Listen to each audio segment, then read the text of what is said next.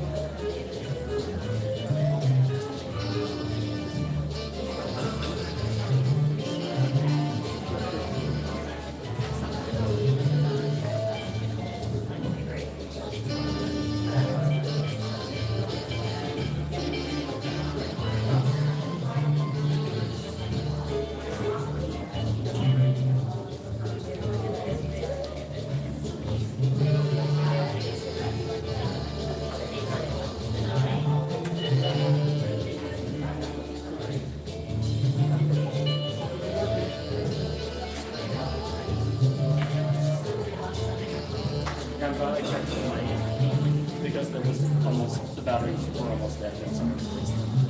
But we should add more batteries to that too.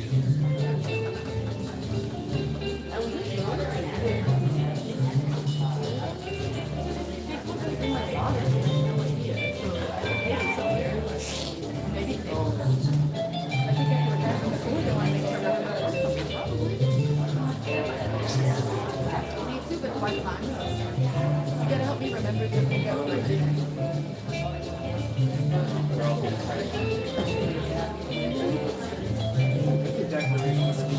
well, they know Peter's clubbing. I got my pocket Constitution. I'll put that stuff in my purse. Stop. Walk.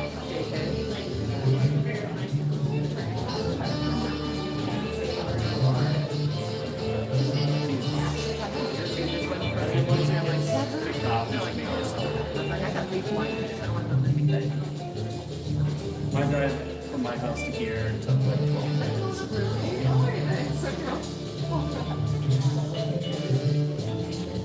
I didn't even think this here.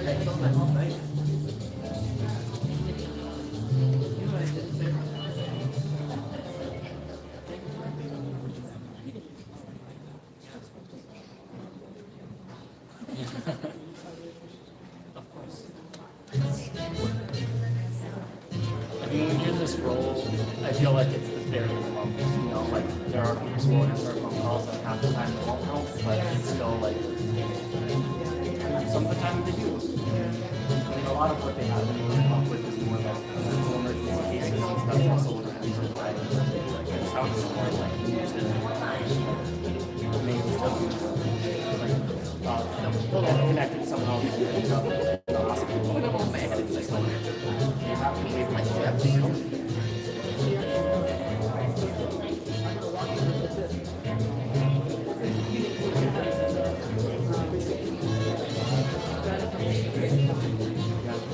Oh, is that yours right there?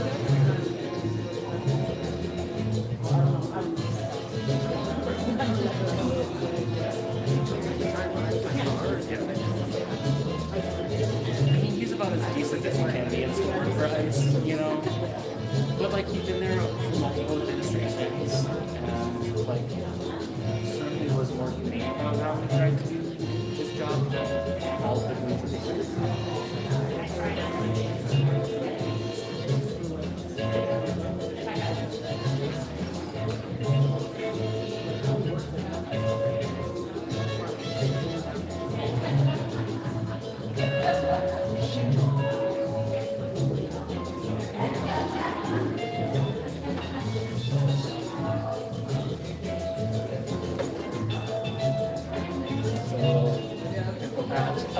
So funny me how kids use words and stories on the I'm from the era when we put a pile of them on top of it, and then it would just spread in front of it. I was thinking about that, and then I was like, I thought I was going to on it. My little son is trendy. And I'm like, I can't put a word. I can't.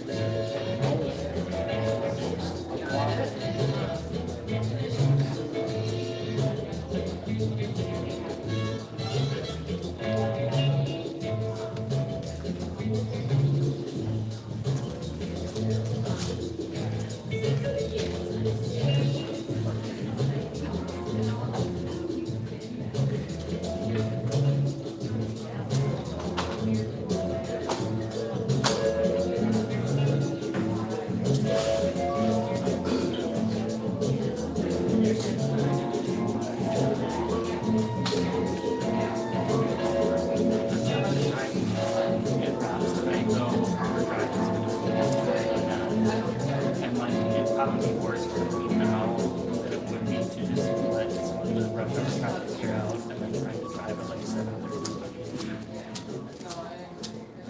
If she left now or 7:30, she'd probably be home around the same time.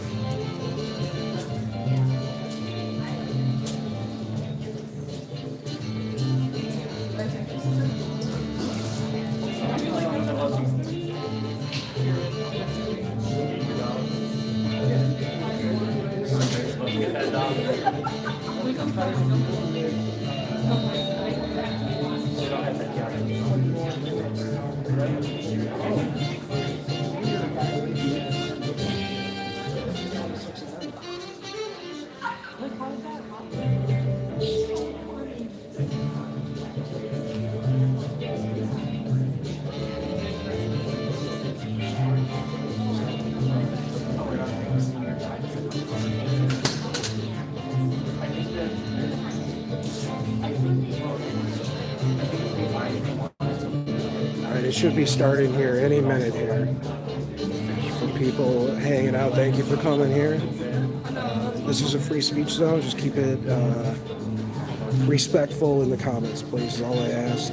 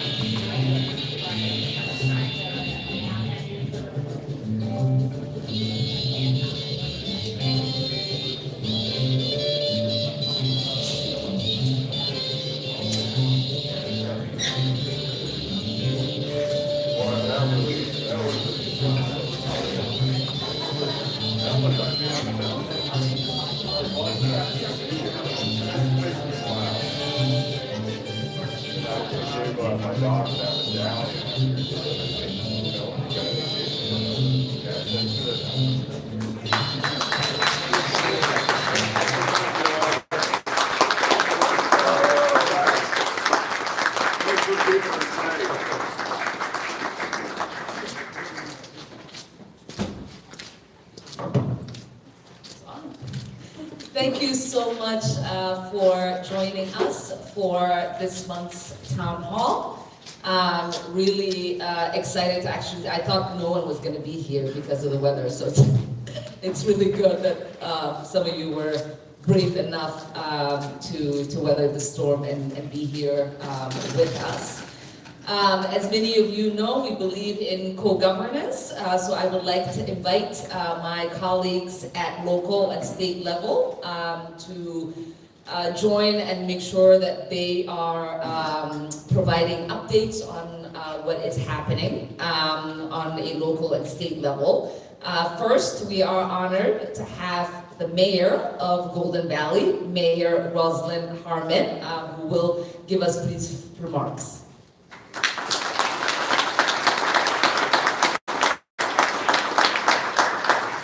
Thank you so much, Representative Omar. Welcome. I'm Roslyn Harmon, Mayor of Golden Valley, and I'm here to share a couple of updates of what's going on in our city. There are two projects that reflect smart investments in our region: clean water as well as public safety. So first, I'd like to talk about the Sohaki Water Quality Project. Sohaki Park is a treasured community space jointly operated with the Three Rivers Park District and the City of Robbinsdale. It's also a part of a much larger watershed system. The park's shallow wetlands receive stormwater runoff and drain into Ahawakbadan, which you all know as Bassett Creek, which ultimately flows into the Mississippi River.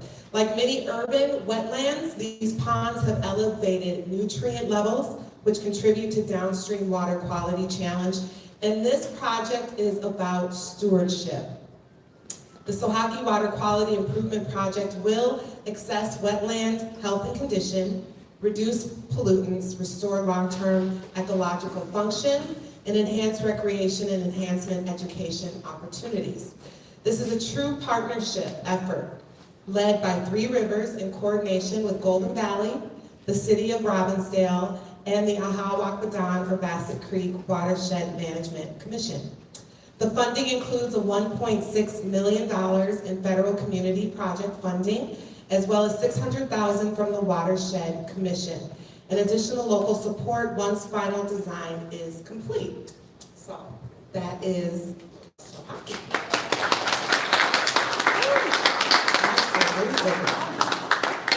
Our second project is, of course, one that we have been working on for a long time, and that is the Golden Valley East Fire Station project. This is all about protecting our people. Golden Valley is consolidating two outdated fire stations into one modern, strategically located facility along the Highway 100 corridor. Our current situations no longer meet modern standards to firefighter safety and wellness, equity and accessibility, or modern equipment needs. However, the new East Fire Station will support 24/7 duty crews, provide equitable facilities for all staff, because right now what our firefighters are dealing with, it's beyond time. Improve cancer prevention and safety measures, fit larger modern fire apparatus, expand training and maintenance capacity, as well as address ADA accessibility needs. And this investment will improve emergency response times in Golden Valley and strengthen mutual aid across neighboring communities. The funding includes city funds and bonds, as well as $3.2 million in state grant support for 2023 for early design and site work. So this is what partnership makes possible. Absolutely. And so Representative Omar, I just want to thank you for your leadership as well as your support, because investing in clean water, especially public safety, means investing in our shared future. Thank you.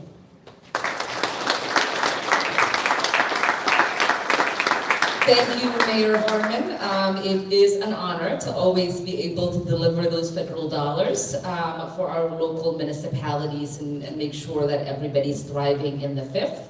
Next, I would like to invite my friend, my former colleague, and a mentor of mine, Representative Mike Freiberg.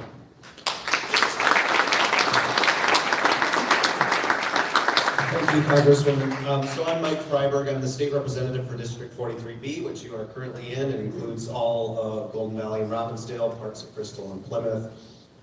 It's been a difficult year for Minnesota generally, for us in the legislature. We just started our session yesterday. It was the first day of the 2026 session. We started with kind of a beautiful tribute to my mentor, colleague, and friend, former Speaker Melissa Hortman. Congresswoman Omar served with her as well. Just a wonderful person, taken from us too soon. So there was a great tribute to her. It was a difficult day emotionally, but you know, it was kind of what we needed to do. It was our first day back without her there, or, you know, the first day in the House without her there for 20 years, literally.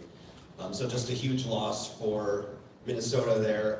But we are, you know, we're getting to work. I'm co-chairing the elections committee again this year. We've had a very productive few years in the elections front, you know, passing policies like automatic voter registration, pre-registration of 16 and 17-year-olds. We restored the vote to people on probation. So we had our first meeting today. It's been pretty quiet so far at the legislature. We had a quick meeting today. I don't expect it'll stay that way. There's a lot of huge issues facing the state of Minnesota, as we know. Typically what we do in the even year session is try to pass a bonding bill to fund infrastructure projects around the state. I'm certainly hopeful we can do that this year. I do think in light of the recent federal invasion that we had here, though, the topic of ICE accountability and transparency is going to come up, and it's something we need to tackle, even though we don't have, obviously we're a state government, not a federal government, we don't have direct funding authority over ICE or anything like that, but there have already been bills introduced to prohibit enforcement agents from being masked and unidentifiable, to allow Minnesotans to sue for violations of their civil and constitutional rights, and these are things we need to discuss as a legislature. It'll be tough. We have a tied house between Democrats and Republicans, but these are conversations we need to have and that we will have. So I really do appreciate the work that the Congresswoman and her staff put in during these last couple months. I know Nikki from her office is here, and they work really hard on just immigration issues, and obviously that's just been a huge topic these last couple months and a very traumatic time for our state. So, my door is open. If you ever have questions for me as your state representative, feel free to reach out, read my own email, give me a call, stop by my office if you happen to be at the Capitol. So thank you for putting this on. Appreciate your accessibility to your constituents. So thank you.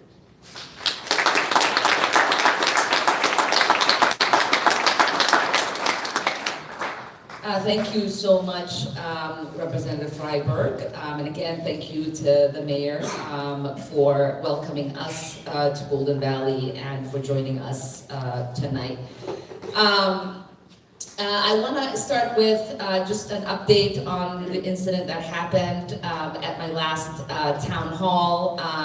Really grateful to Minneapolis Police, our Hennepin County District Office, and the FBI, and everyone who has been working towards the indictment and the arrest. The man was arrested. He faces both county and federal charges. He had his first day of hearing about a week ago, and the judge decided to keep him in jail until he has his court date, which probably will be in about a year or so. So just wanted to give you all an update. I know people have been calling and asking, and as far as how I'm feeling, I'm doing good, and not snow or attacks will stop me from having these town halls. So thank you all. We've been working in DC over the last year, trying to pass appropriations bills that help fund the government. The last one that we worked on was the appropriations bill for Department of Homeland Security, which mainly funds ICE, FEMA, and TSA.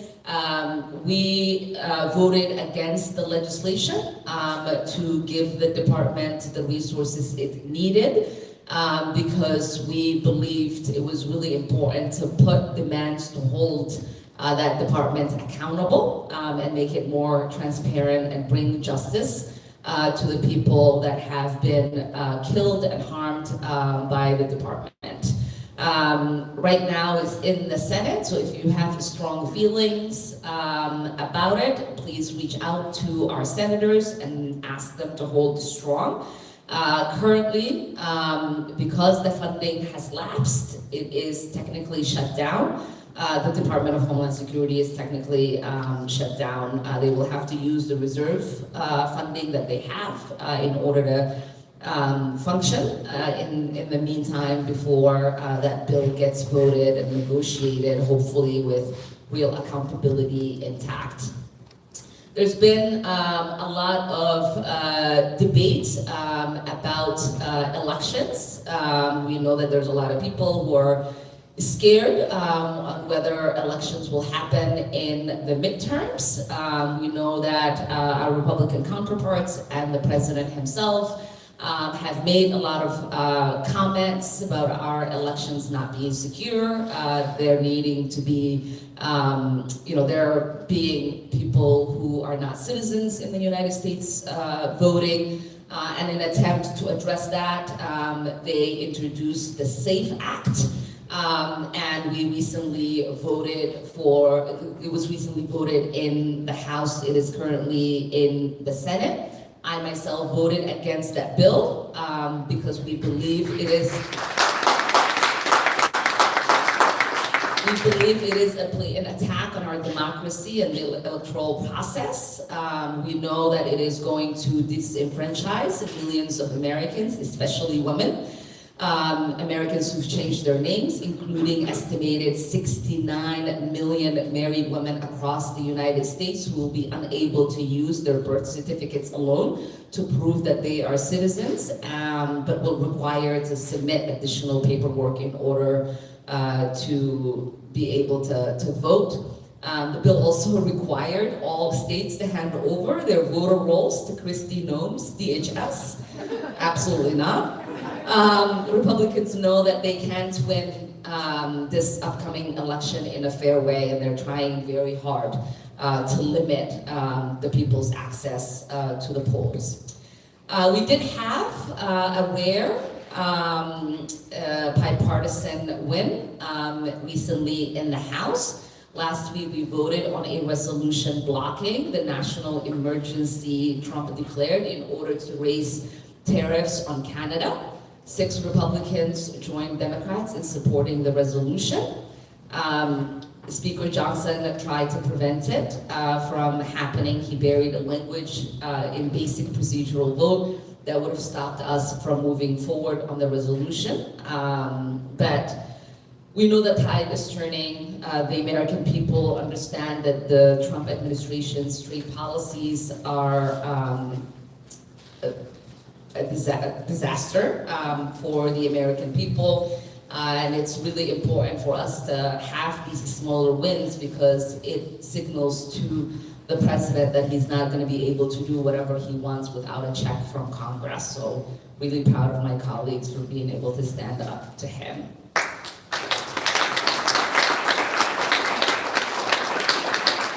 Lastly, before we go to questions, I want to remind all of you that our office serves as your liaison to the federal government.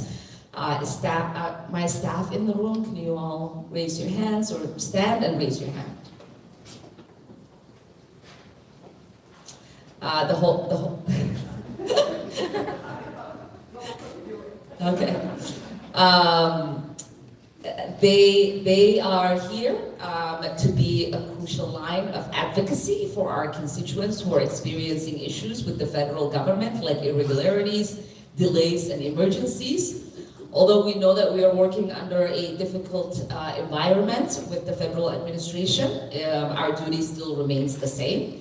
Congressional casework involving ICE is unique and narrow, but we can help for people who are looking for individuals that might have been detained by ICE if they are not in the detainee locator system within 48 hours, inquiring on urgent medical issues to ensure an individual is receiving appropriate medical treatment, ensuring an individual's attorney, loved ones are able to communicate with them.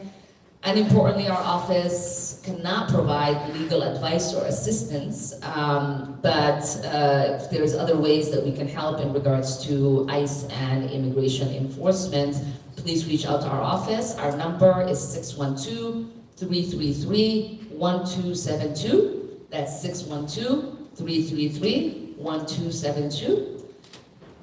That is 612-333-1272. Last year, our staff were able to help 1,000 constituents with issues like Social Security, immigration, taxes, healthcare, and more.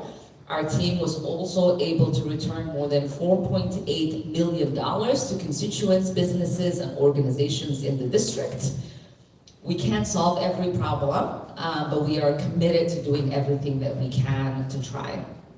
And now we will take questions. If you raise your hand, Ali will come to you with a mic, and as a reminder, always please don't touch the mic. We'll start here in the green.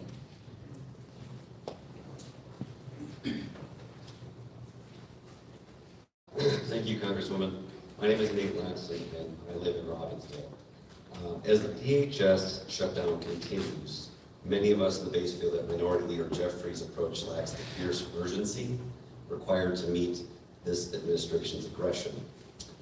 Given the distaste for the current wait-and-see leadership style, is there an appetite within the Progressive Caucus to challenge the current leadership hierarchy? Specifically, what is the path forward for a Democratic leadership that actually reflects the fight we're seeing in the streets of Minneapolis? I appreciate the question. You know, I was with some seniors earlier at a senior living facility, and I was talking about, you know, just even with DHS, the challenges that we have as we think about federal employees in having that department be subject to not having funding, and we know that ICE has a slush fund. The people that are going to be impacted are communities that need FEMA assistance. The people that are going to be impacted is TSA workers who are essential workers are going to have to show up at work every single day without taking a paycheck. And so we know that, you know, majority of federal employees, people think these people make a lot of money. Maybe the contractors do, but a lot of the actual employees live paycheck to paycheck. And so what might seem like wait and see leadership to some people, it might be one that is actually taking into account the harm that could be caused if we are not careful in picking fights that can actually be resolved without the American people being further harmed. And so we had the opportunity right after we came back from the field hearing we had in Minnesota to have a conversation about what we wanted to do with DHS funding, because we knew that was coming. I led the Congressional Progressive Caucus to take an official stand to say, unless we have them meet these 10 demands, we're not going to be able to vote for the DHS funding. And we were able to get the go-ahead and the support of Leader Jeffries to do that, and it became the official stand of the whole caucus, and it translated also that becoming the official stand of the Senate. And so I think there are opportunities for us to make sure our leadership understands when the fight is appropriate and when we know that the American people are with us to be able to undertake that fight.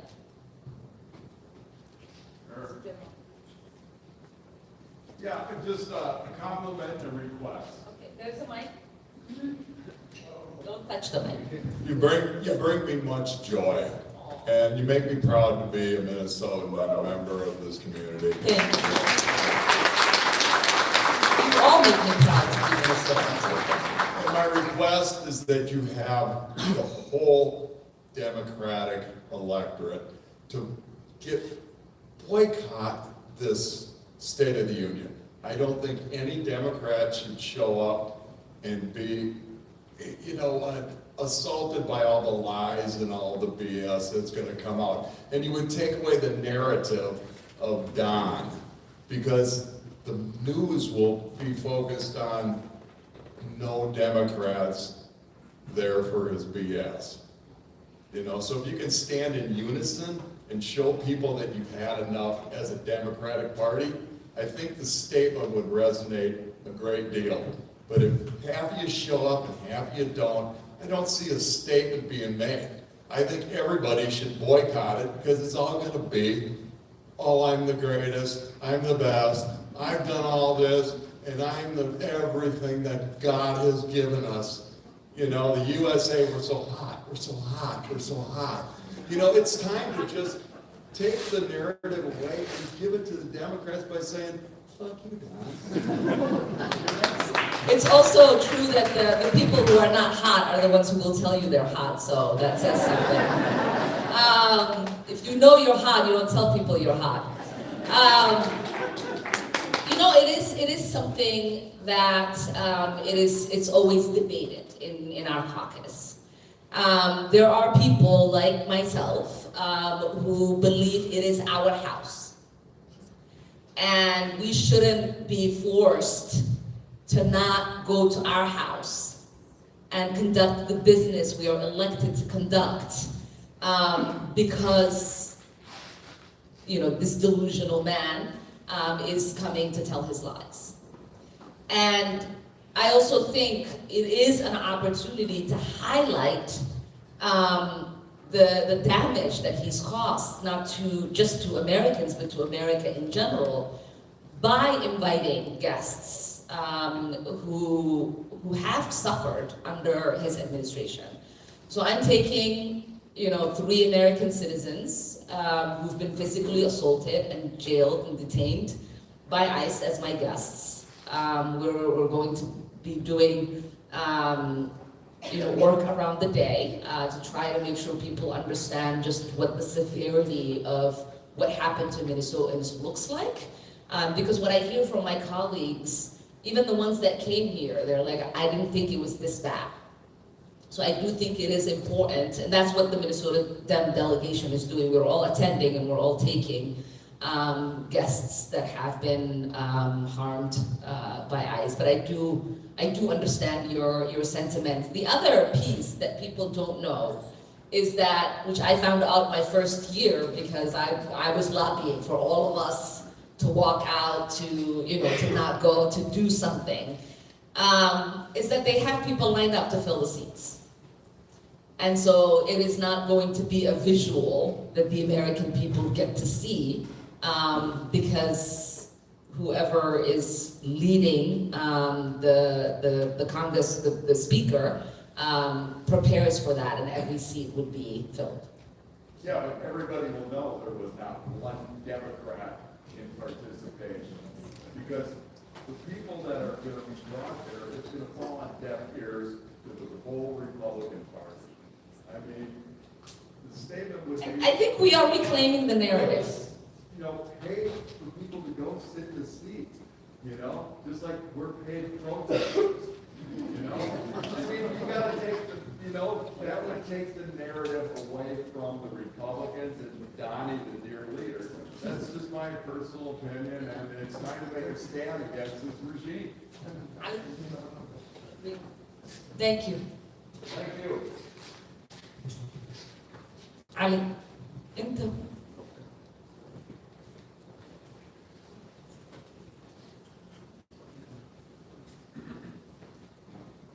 Hello.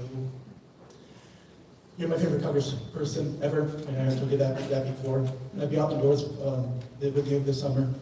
Don't respond to that because it's not a campaign event. I know, but you know that's true, right? No more gun violence. No more deaths. I feel empty inside.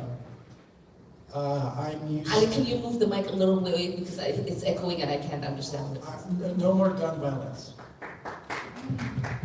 I'm used to lobbying elected officials in state capitals or gun violence prevention that happens outside. I'm not used to going to a Capitol building to lobby against gun violence.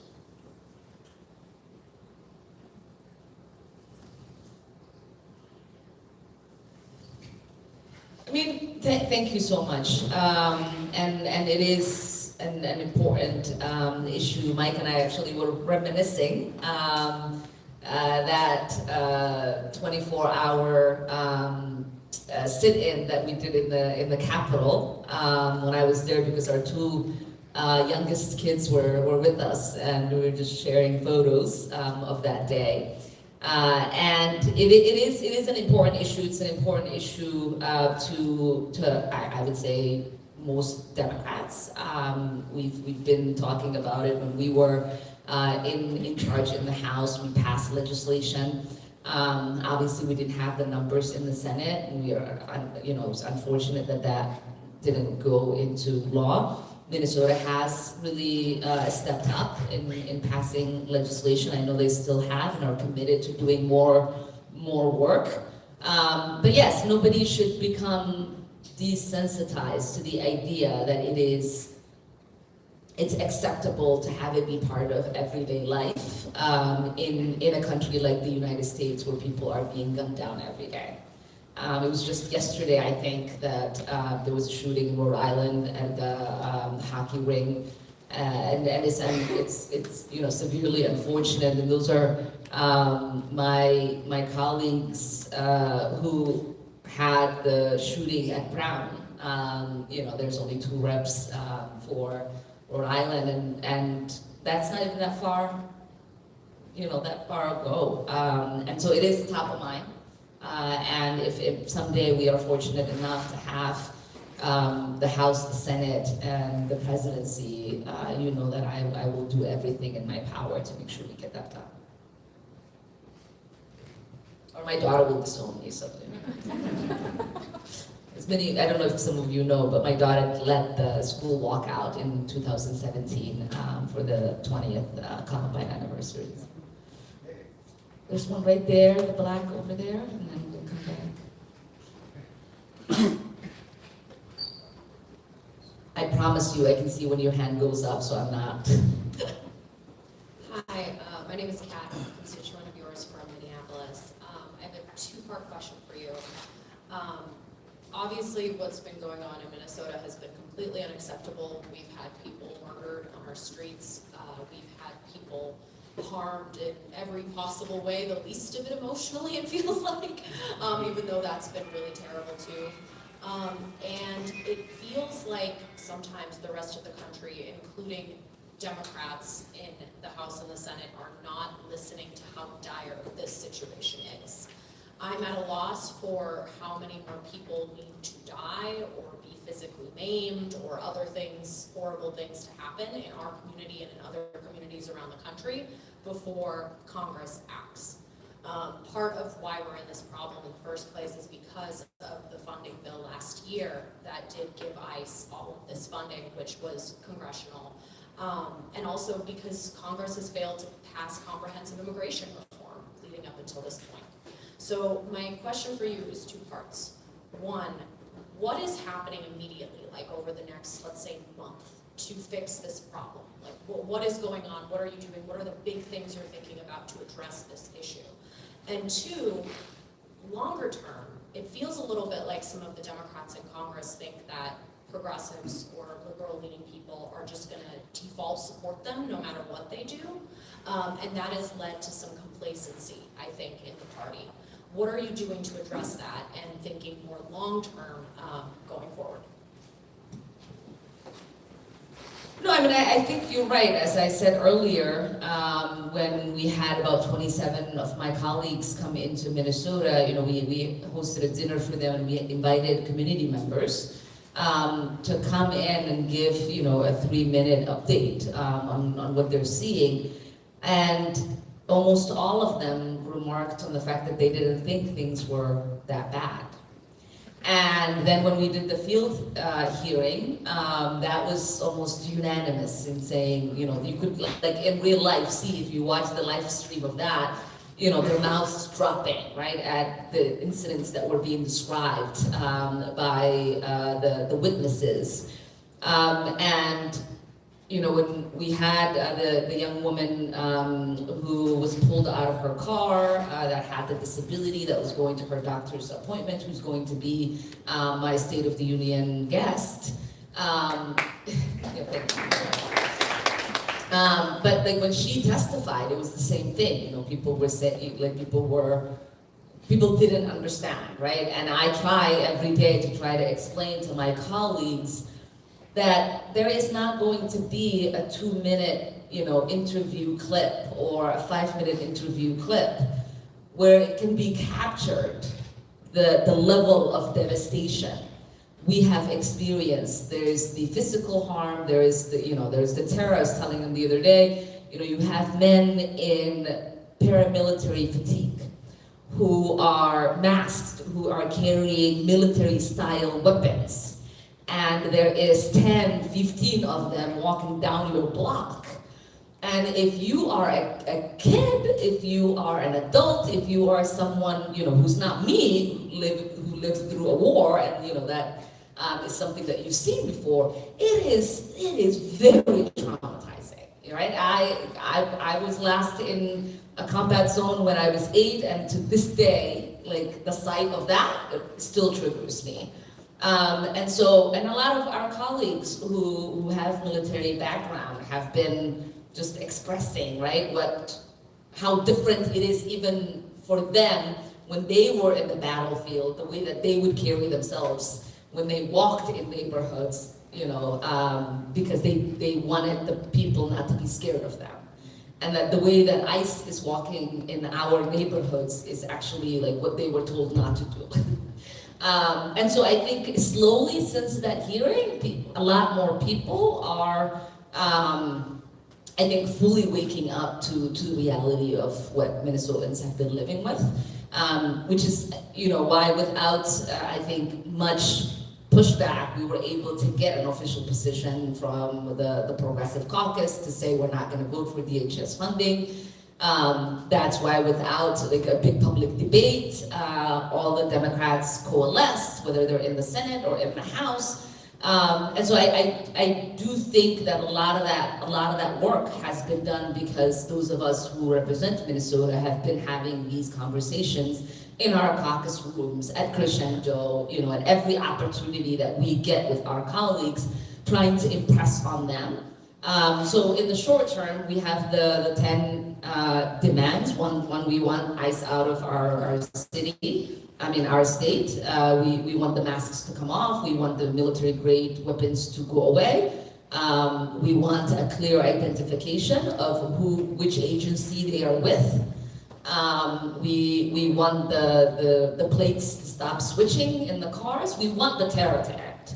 And so that's in the immediate what we are fighting for, to try to just at least get some accountability. We're also fighting to make sure that there is independent investigation to the assassination of two of our neighbors, right? We also want an investigation to the shooting of the Venezuelan man in North Minneapolis, where the agents were clearly found to have lied, that he was a threat to them. And so those are some of the things that we're doing. And obviously, I was asked earlier, I do believe Democrats understand that there is a moment to be met, and if they do not, they are not winning re-election. I don't think that that's a secret to a lot of my colleagues. Almost every person who hasn't been vocal has a primary challenger. A lot of the people who have been there way too long and have lost touch with their constituents have primary challengers. So people are feeling the heat, and it is important for us to keep that heat on.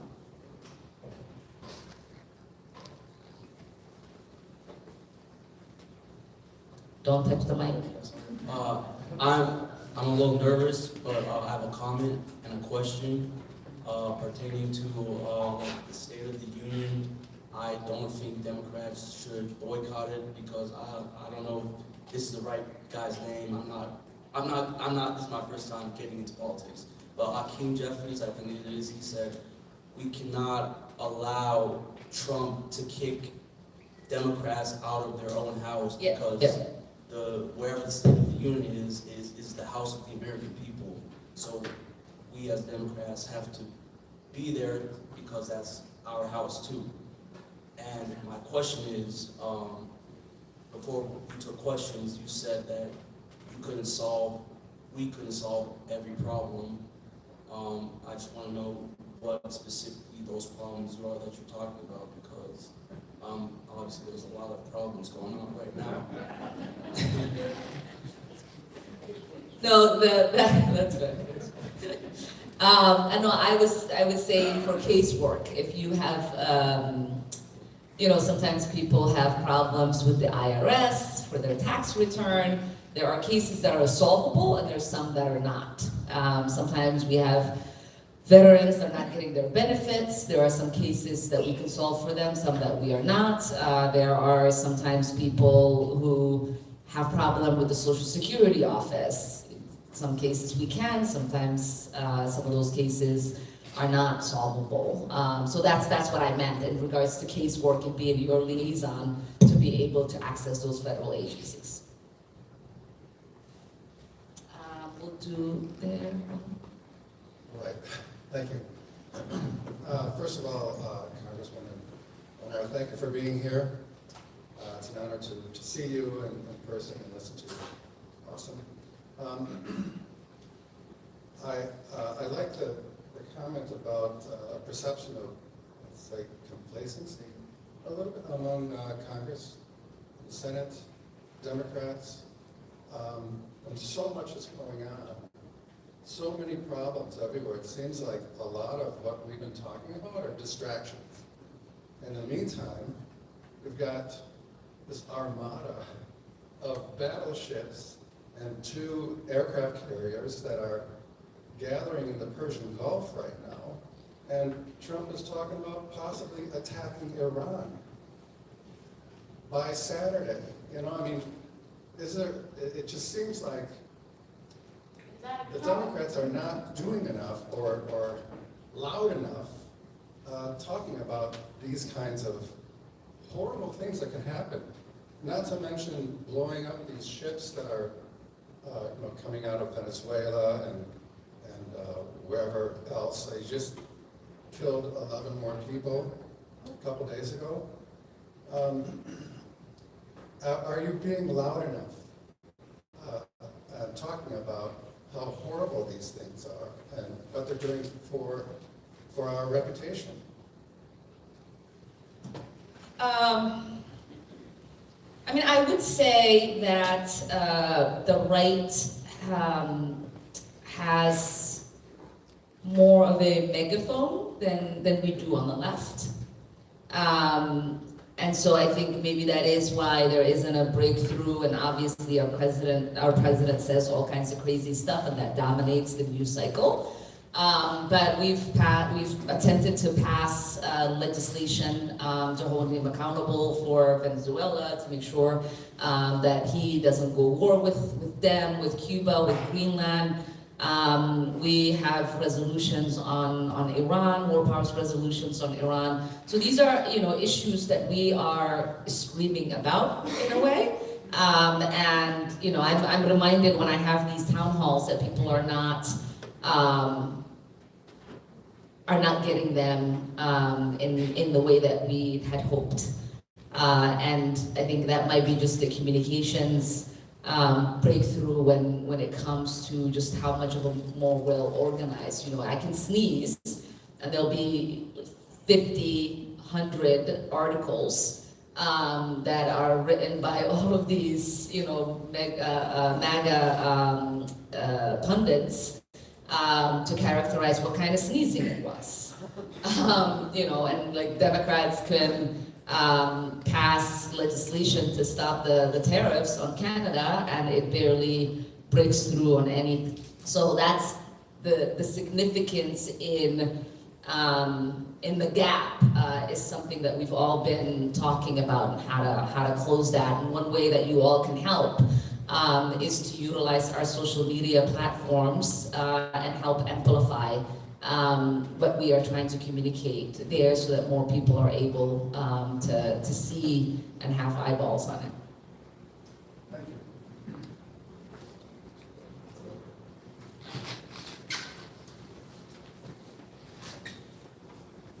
Representative, is that on? Hey, it's on. Okay, thanks.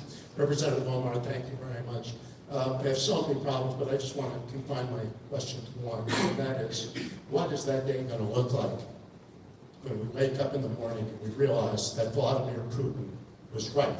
He will have prevailed in Ukraine, he will move across Europe, and more importantly, every other dictator, wannabe, political entity that wants to take over their neighbor will say, hey, that worked great for him, we're going to do the same, and that's going to happen across the board. Where do you see this, the United States' position on Ukraine at this point? I don't think, I think it is really important that we do whatever it takes to help Ukraine win this war, and remain and maintain their sovereignty. I do believe, and I agree, that it will send the wrong message. And it could somehow get us into World War III if we had massive invasion of NATO countries. And so it's been my vote record has been to support any sort of way that can be helpful to the brave men and women of Ukraine who have thus far really shown an incredible bravery and courage as they defend their homeland.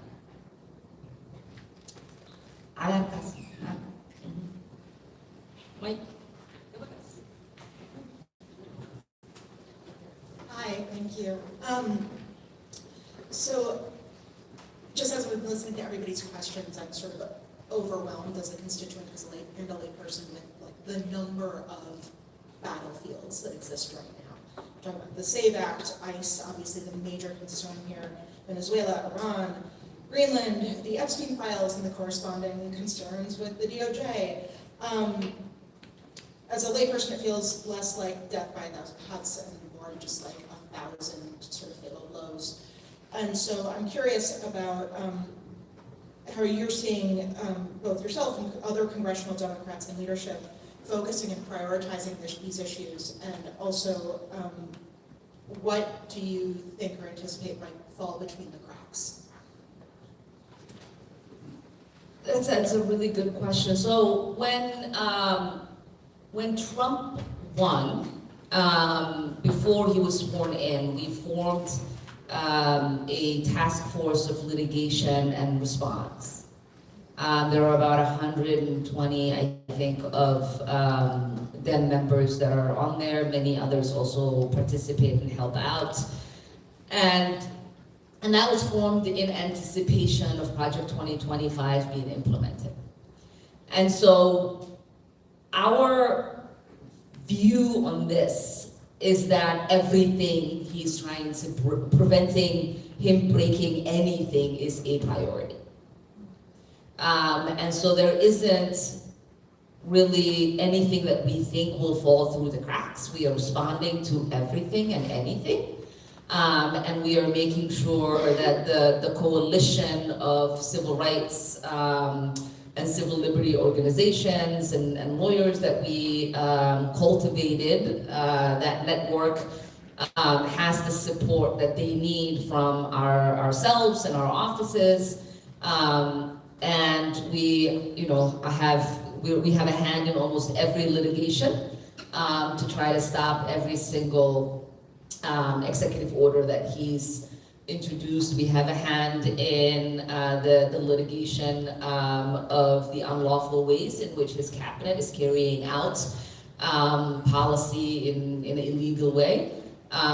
You see us coordinating efforts to visit detention centers. We're doing court watches so that people are not picked up as they are doing the right thing of adjusting their statuses and showing up for their interviews. So there's a group that helps coordinate that, make sure people are available, members are available, because we notice that people are less likely to get picked up when we are present in court. We have, especially in places where there's high activity, like New York and New York and LA, we have a coordinated effort with the 22 Democratic AGs and the lawsuits that they are bringing. They regularly come in, especially our AG, Keith Ellison. They come in and give us updates on regular basis, a few times a month. And so that effort of trying to make sure that we're not stepping all over ourselves, but that we are strategic in understanding that we all have different expertise, we all have different needs in our districts or our neighboring districts, and that we all represent constituencies that are vulnerable in different ways. I've never seen Democratic caucus work with each other in the way that I'm seeing, and it is actually that if we carry this unity, I know we'll have new people But if we carry this sort of collaborative unity that we have, I think we have an incredible chance to govern in a way that will make the American people proud once they put us back in charge.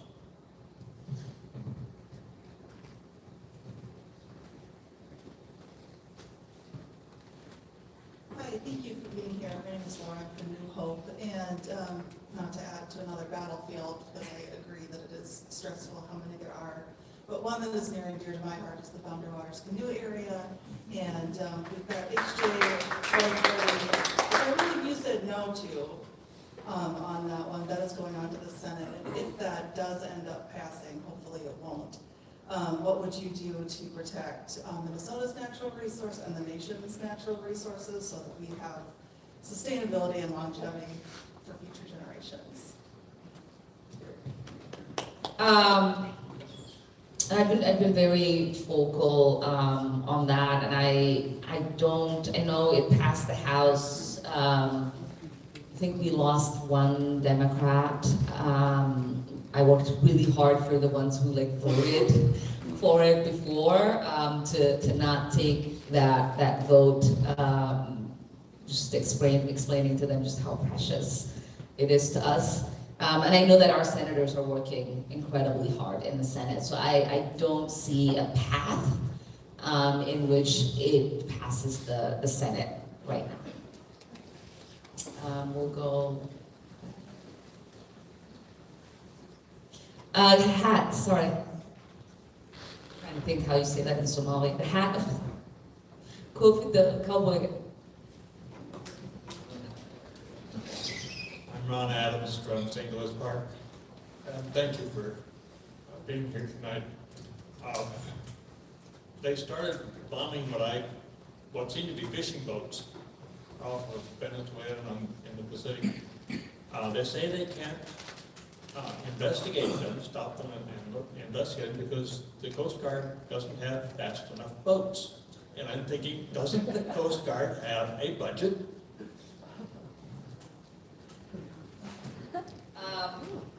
They normally do, and that is, I don't think that excuse holds up in court. And there will be an investigation once we have a shift on who's in charge.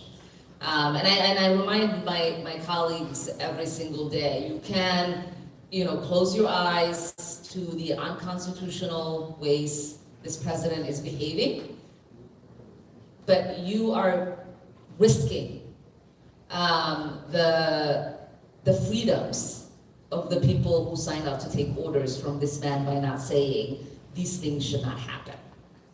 And I know that the day of accountability would come, and there will be proper investigations. But to go back to the money, Coast Guard is funded under DHS. So at the moment, they don't have money because it's part of the government that's shut down.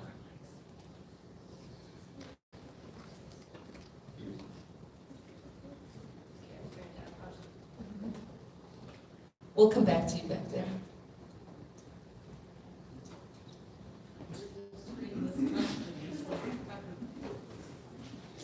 Hi, my name is Avery Larry, and I just have a question about how we're going to get ICE out of America because it's getting too far. I'm just saying how you guys are going Can you tell me to repeat that last part?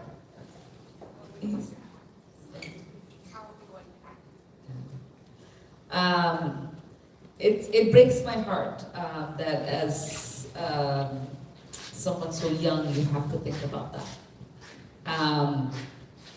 What I will say is that there is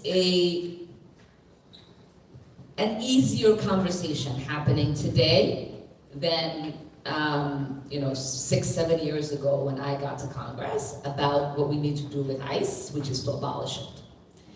And there is a lot of conversation about what the dismantlement of the Department of Homeland Security should look like. Because right now, the agencies that are put together do not have accountability in the way that that formation exists. And it's very important for us, if we're not gonna go back to pre-2002 in looking at how these agencies used to operate without this level of brutality that we are seeing, then we need to figure out a different system that can work for people where little children are not afraid of federal agents trying to carry out the duties they were designated to carry out, but instead end up terrorizing whole communities. So thank you. So in light of the police and sheriff's inability or unwillingness to help us, I'm wondering if you were interested in pulling something from the past, the Minnesota State Guard, to act as rapid response, to create a foundation of defense for us. Because I'm looking at Schumer, Jeffries, and they can't or won't. But that might be a way to legitimize all the hard work I see around myself every day when I do rapid response.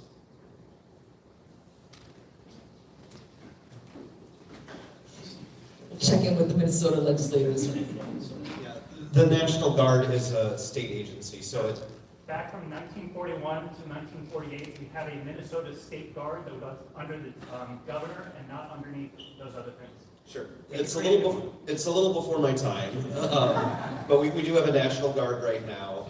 The governor has readied them. I know he did that a while ago, and the thinking was by doing that, he makes it so that the president cannot take advantage of Minnesota's National Guard. I don't, whether or not that's the best system, if we should look at like recreating some sort of a state guard. What I'm talking about is legitimizing the actions of our citizenry so that when we do something, it's not just me by myself, disconnected on a signal chat with 1,000 other people. It has the backing of the state and it has legitimacy to it. Like right now, why is it that we are organizing all of the rapid response groups without any assistance from the government at all? It's my friend, who I climb with weekly, who spends 2 hours every night after work being dispatched. Why is that his job? Why don't we have backing from our representatives and from our state? No. Yeah, we should. I'm on those rapid responses chats, signal chats as well. I've been to Whipple to retrieve a constituent who's been letting go. I mean, the people I've seen there, the Haven Watch people at Whipple who welcome back people who are getting released there are just doing incredible work. I mean, I'm not a religious person, but if there's such thing as a saint, those people are saints who are doing that sort of work. And just what I've seen from my neighbors, people I don't even know, people with silly, names like Seinfeld references on signal chats and Simpsons references has just been incredible. If there is some way to, legitimize them through the government, I'm certainly open to looking how we could do that. But it shouldn't be up to ordinary citizens to do this kind of work, but at the same time, we have seen just incredible things from our neighbors, and anything we can do to support that work, I fully support. I mean, in one place, there is a problem in that when you have local and state law enforcement and the federal law enforcement, what I know that our governor and many mayors and police chiefs have been thinking about, because we've been part of these conversations, is that how do you avoid a clash between them? And even when the National Guard was sent to Whipple to just make sure things didn't get out of hand, they ended up working with the federal law enforcement in detaining people.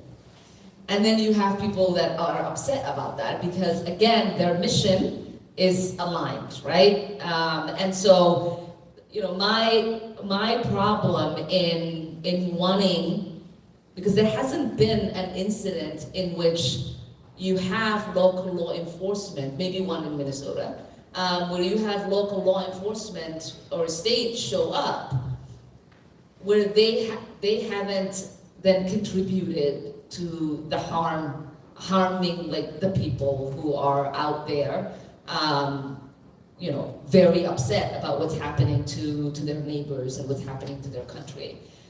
There's that one case where the police chief knew the husband of an observer, and when she was taken, her husband was able to call, and that police chief was able to make sure when they came, before they took her to Whipple, when they came to the police station to ask if he can take her home. And so it's challenging because they play on the same team. So that's been the bigger problem.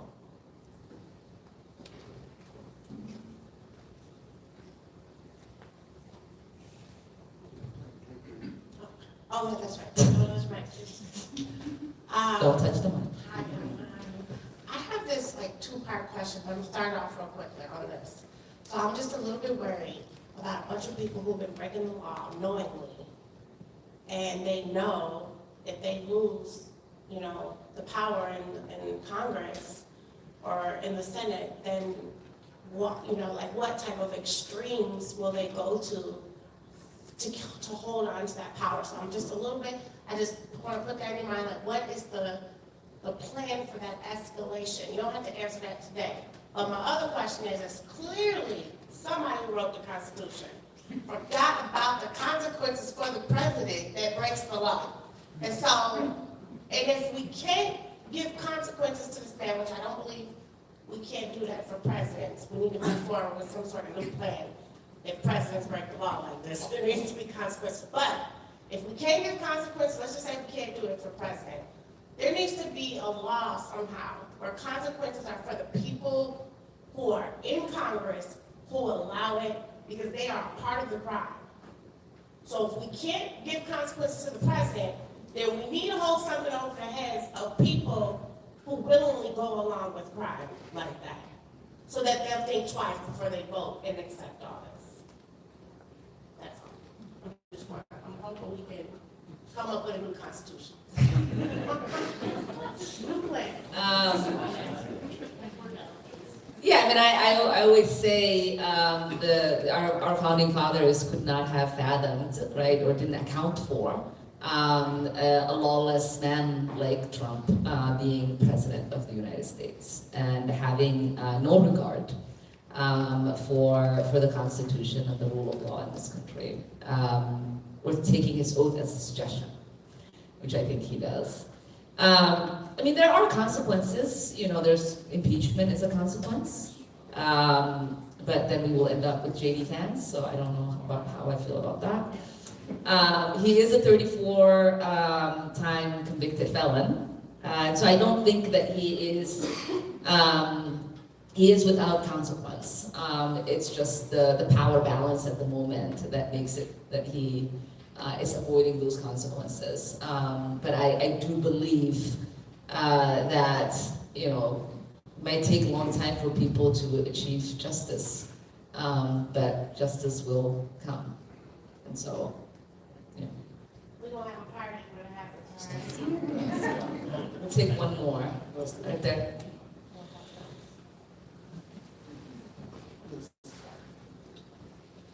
The green.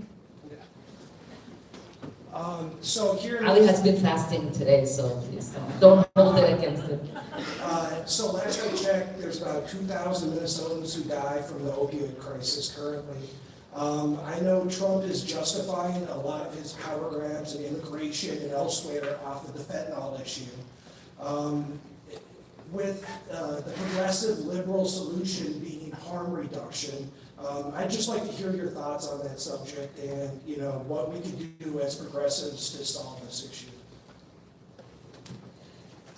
I mean, the way Trump is going about it is to say, you know, you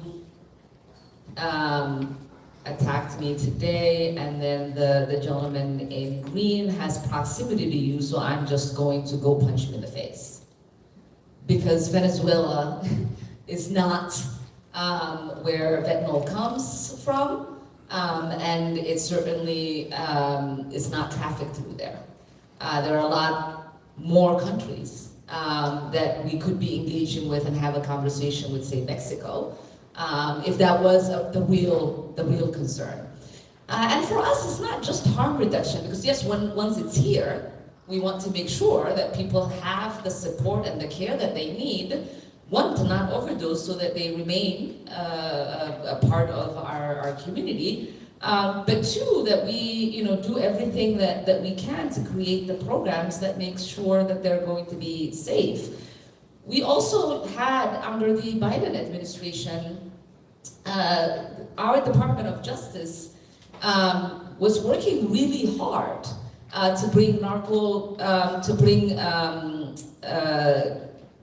charges against gangs and others, RICO charges against narco traffickers and gang members. All of that work is not being done at the moment. And so there is a path to getting to public safety. There is a path to dealing with drugs.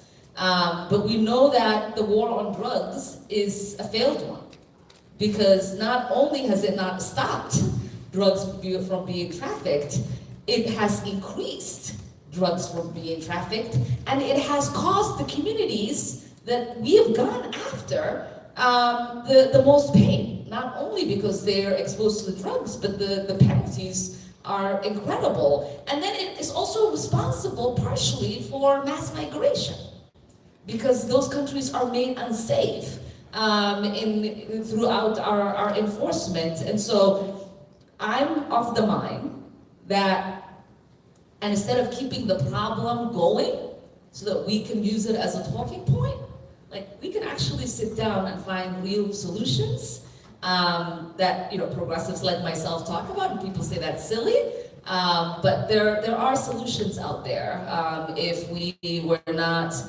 doing what we are doing because corporations are benefiting from it and they pay the politicians to continue to run.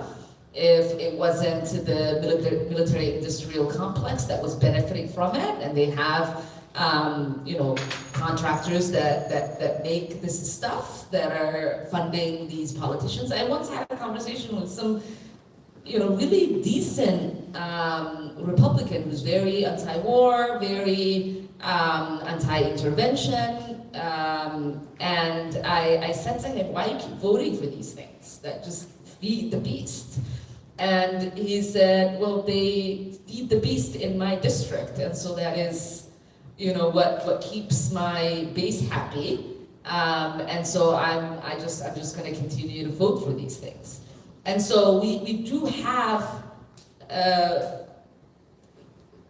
representation in the House of Representatives and in the Senate of people who know what the right thing is, who have moral clarity on what the right thing is.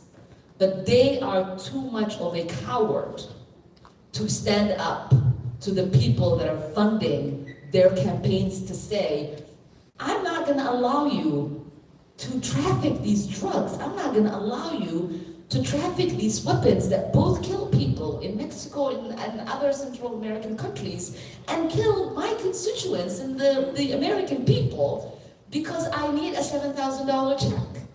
Like, that is not worth your soul. And so that is what we have. Majority of the people that are there, they're not thinking about making decisions that are bold and actually effective for the American people and the global South. They are making decisions to keep themselves elected and have adjacency to power.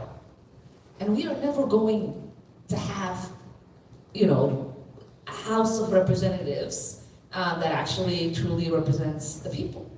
So thank you so much for asking that, and thank you all again for joining us for this month's Town Hall. I will see you next month.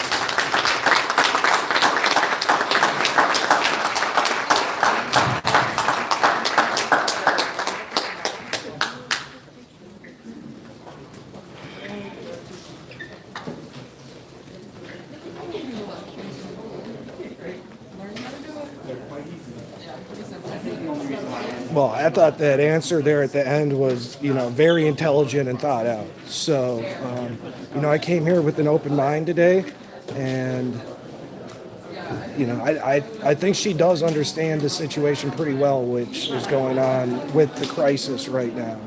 So, and this place was pretty packed, actually. There was another camera over here. I didn't want to be media, but there's a good turnout for considering there's currently a blizzard. You can't see it now outside, but there's a blizzard happening outside.